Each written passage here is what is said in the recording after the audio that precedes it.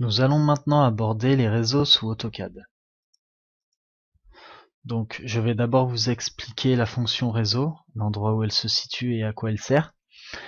Et ensuite, nous ferons des applications sur les réseaux rectangulaires, les réseaux trajectoires et les réseaux polaires.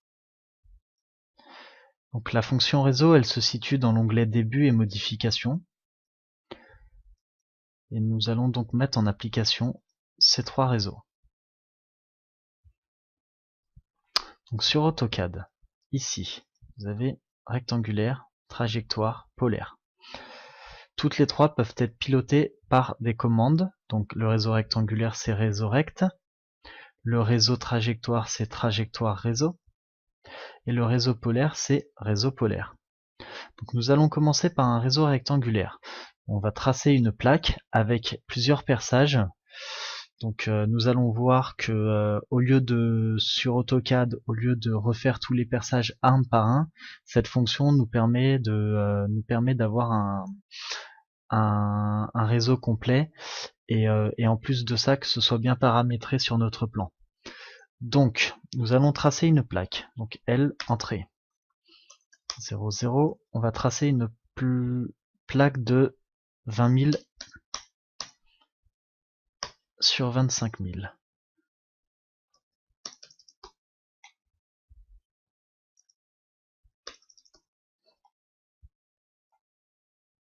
Nous allons recentrer. Et ensuite, on va tracer notre premier perçage. Donc notre premier perçage, on va prendre le tout premier au point de départ sur X, Y. Donc on va, pour le tracer, je veux qu'il démarre à 1000 et à 1000. Donc je vais tracer la ligne qui correspond.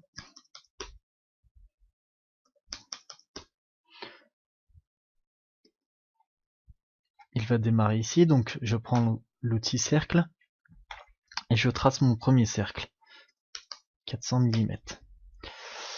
Je peux supprimer ça. Et donc là, je veux un réseau de mon perçage sur tout X et Y. Donc pour ce, je fais la fonction réseau rectangulaire.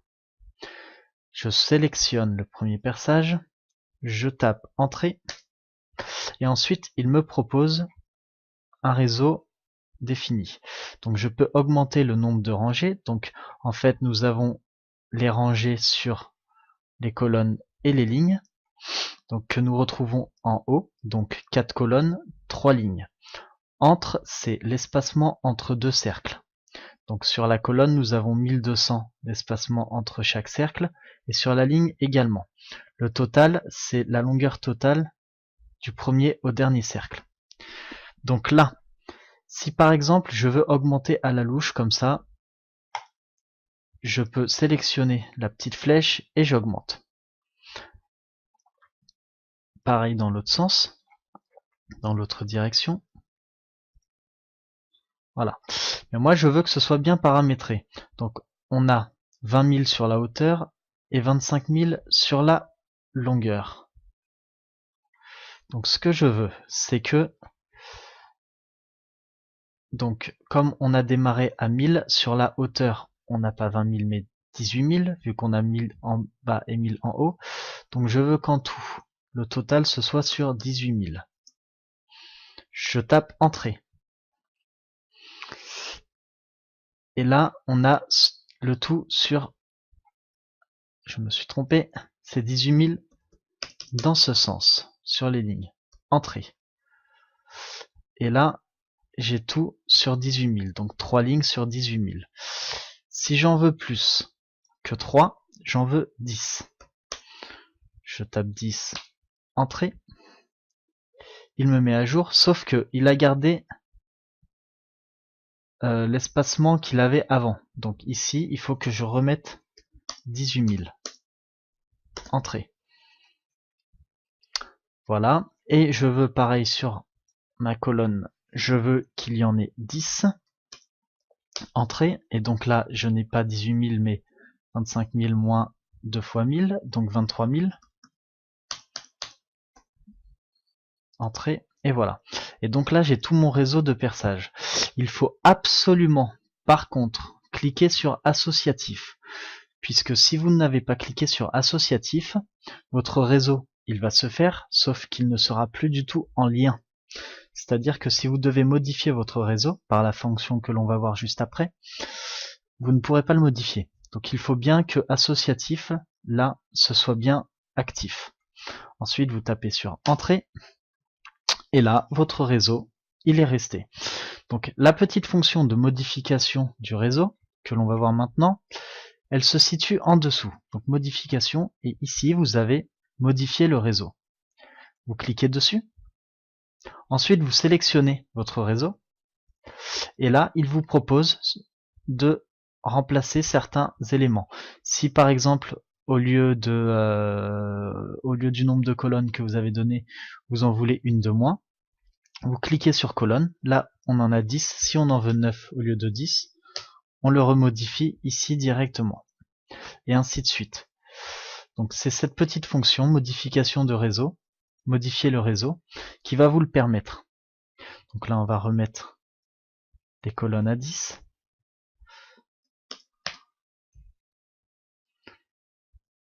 Voilà.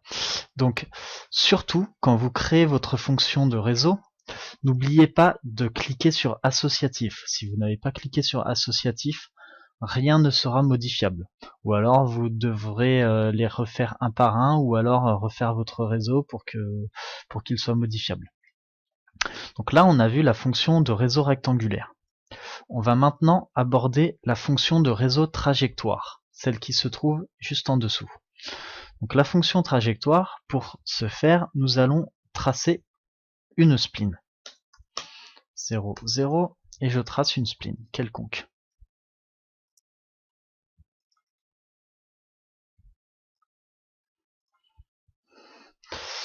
Une fois que ma spline est tracée, je viens créer mon premier cercle, qui va être mon élément de réseau.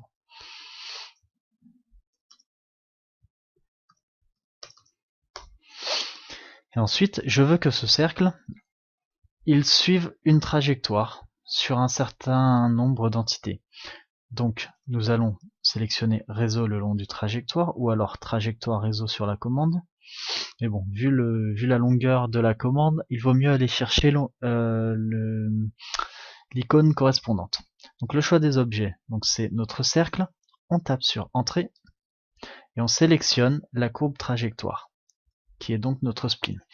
Donc là, exactement comme sur le réseau rectangulaire, vous avez un nombre d'éléments, lignes. Donc ligne, forcément, il n'y en a qu'une. Mais là, c'est le nombre d'éléments qui va vous modifier votre réseau. Donc le nombre d'éléments, par exemple, là, j'ai 12 cercles, je n'en veux que 10. Je tape sur 10, Entrée, et j'en ai que 10. Entre, c'est l'espacement entre chaque cercle. Je veux qu'il soit espacé de 4000, je modifie ici directement. Et je veux qu'il soit espacé je veux qu'il soit sur 40 000. Je le fais, mais par contre, il me modifie ça. Entre. Donc il faut jouer avec ces paramètres-là, de façon à obtenir ce que vous souhaitez. Et là, bien sûr, bien évidemment, comme la fonction précédente, il faut cliquer sur associatif. Si vous ne cliquez pas sur associatif, il ne sera pas modifiable. On va en voir l'exemple. Par exemple, là, on décoche associatif, on valide. Ici, si vous voulez faire modifier le réseau, bah vous ne pouvez pas. Il vous reconnaît pas votre réseau.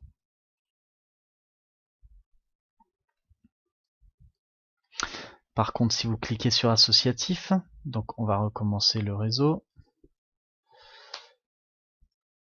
Voilà. Si vous cliquez sur associatif, vous validez. Là, si vous voulez modifier votre réseau, bah vous pouvez le modifier de la même manière que la fonction réseau rectangulaire. Ensuite, il y a la troisième fonction de réseau qui est réseau polaire. Donc ça, par exemple, vous pouvez l'utiliser quand vous tracez une bride, par exemple. Donc on va tracer une bride quelconque. Donc on va faire un cercle, Entrée. On va mettre, voilà, un rayon de 15 000. Et là, vous voulez tracer un cercle sur cet élément et qu'il y ait un réseau circulaire. Donc réseau polaire. Donc vous reprenez la fonction cercle, vous tracez votre premier cercle en haut, 1500, et vous voulez un réseau de ce cercle par rapport à celui-ci ou l'axe. Tout simplement, vous prenez la fonction réseau polaire, sélectionnez votre premier élément, cliquez sur entrée, et ensuite soit vous sélectionnez le cercle, soit vous sélectionnez le point central du réseau, donc soit le centre, ou alors si vous n'avez pas le cercle ici, le centre, il ne vous le reconnaîtra pas. Vous mettez directement vos coordonnées, 0, 0, ça fonctionne. Voilà. Et donc là, il vous a mis 6 éléments espacés de 60 degrés entre chaque élément, puisqu'il est sur 360 degrés. Si vous mettez ici 10 éléments, 10 entrées, et il vous change votre espacement. Vous êtes sur 360 degrés, donc vous avez 10 éléments, ils sont espacés de 36 degrés. Si vous voulez, au lieu que ce soit sur 360 degrés, mais seulement sur 180 degrés, vous pouvez très bien le faire, sans aucun problème. Et par contre, ici, il part dans cette direction. Si vous voulez changer la direction, vous allez en haut et vous cliquez sur direction. Et il part dans l'autre direction. Si vous voulez qu'il soit espacé seulement de 15 degrés, vous pouvez le faire, mais il va vous changer par contre votre angle total, 135 degrés, puisque vous voulez 10 éléments espacés de 15, il vous calcule votre angle total directement. Donc voilà, pour la fonction réseau. Pareil, il faut que ici soit en associatif. Si ce n'est pas en associatif, pareil, vous ne pourrez pas le modifier. Donc ici, on va remettre 10 éléments sur 360 degrés. On valide, entrée, vous avez votre réseau qui est fait. Votre réseau, si vous voulez le modifier, vous allez dans modifier le réseau, vous sélectionnez, et pareil, vous pouvez remplacer exactement de la même manière que les autres fonctions.